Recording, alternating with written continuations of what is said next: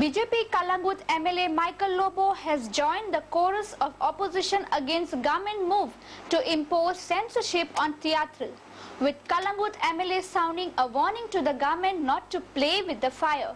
Lobo told the media on the sidelines of Vijay Sardesai's big fat carnival blast at Fathoda on Saturday that the government will be making a big mistake by censoring theatres. Right from the Portuguese time, theatre goya जाऊन येल्ले हा आणि censor board आता तियात्रा काडप म्हाका दिसता खंय तरी ही चुकीची गजाल आनी म्हाका दिसता आमचो सरकार हाडटना हे कोणे तरी उठयला आसतले तो जर हाडपाक पासून कोण सोदता 1 or 2 individual it should be kept aside. I always stand by the theatrists. आमी तियात्र जे घडोवन हाडटा आनी तियात्रीस आहा तेंच्या वांगडा आहा कित्याक ते बरें कितें ते दाखयता. Bureau Report, HCN.